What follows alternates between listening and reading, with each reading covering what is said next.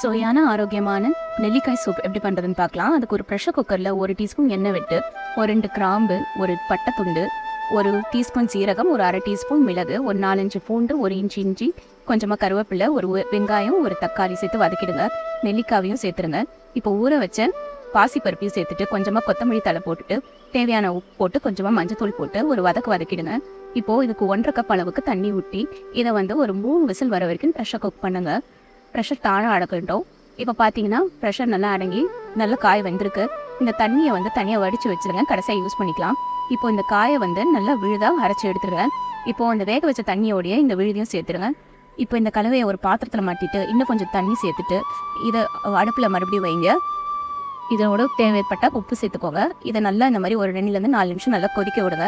கொத்தமல்லி தழை கொஞ்சமாக தூவிட்டு அடுப்பு ஆஃப் பண்ணிட்டீங்கன்னா சூப்பரான சுவையான நெல்லிக்காய் சூப் டக்குன்னு ரெடி பண்ணிடலாம். எப்படி இருக்குன்னு கமெண்ட்ஸில் சொல்லுங்கள்.